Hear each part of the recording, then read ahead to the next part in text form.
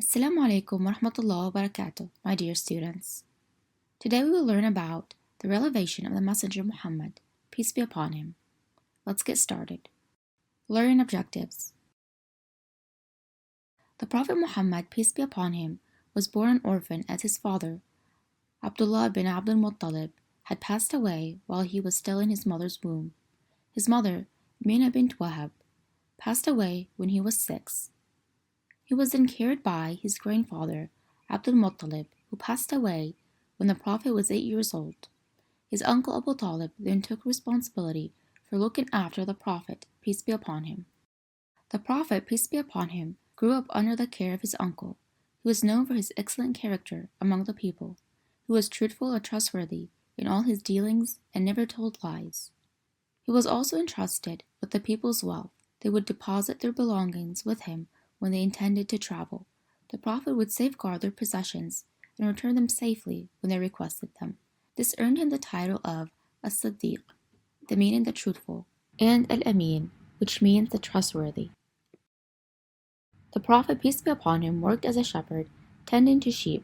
He also engaged in trade. It was part of his integrity to inform people about any flaws or distinguishing features of the clothing or any item he sold. As a result, people loved him even more, and no one other than him was called by titles other than As-Siddiq, the truthful, and Al-Amin, the trustworthy. The Prophet, peace be upon him, married Khadija bint Khuwaylid when he was 25 years old, and he continued to work in trade. The Prophet, peace be upon him, could not read nor write. He lived his life among his people, engaging with them with trustworthiness. The Prophet, peace be upon him, observed his people worshipping idols and prostrating to them, and what was strange was that they themselves had crafted these idols. The Prophet didn't believe these idols. How can a person worship a statue they themselves have made with their own hands? He chose to go to a cave in Mecca named the Cave of Hira. He did this periodically to be away from the people and admire the universe and the great power that created this world, and to be in constant care of the Creator of this world. When the Prophet, peace be upon him, reached the age of 40, an angel named Gabriel, peace be upon him, came to him while he was in the cave of Hira, contemplating. The angel said to him, "Read." The Prophet replied, "I can't read," meaning he was illiterate and didn't know how to read or write. The angel repeated the command to read 2 more times, and each time the Prophet responded, "I can't read." The angel then said, "Read, O Prophet, in the name of your Lord who created humans from a clinging cloth. Read, and your Lord is the most generous, who taught by the pen, taught humanity what they knew not." The angel fell silent. That was the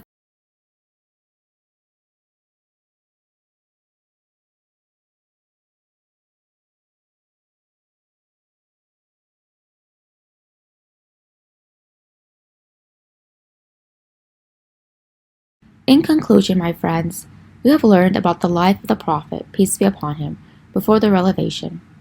We learned about the manner in which the revelation came down, and about the first revelation from the Quran to the Prophet, peace be upon him. We also learned that the Prophet, peace be upon him, was illiterate, meaning he was unable to read or write. This is strong evidence that the Quran is from Allah. The Prophet did not seek knowledge from scholars or learn from anyone. Instead, the revelations came to him directly from Allah.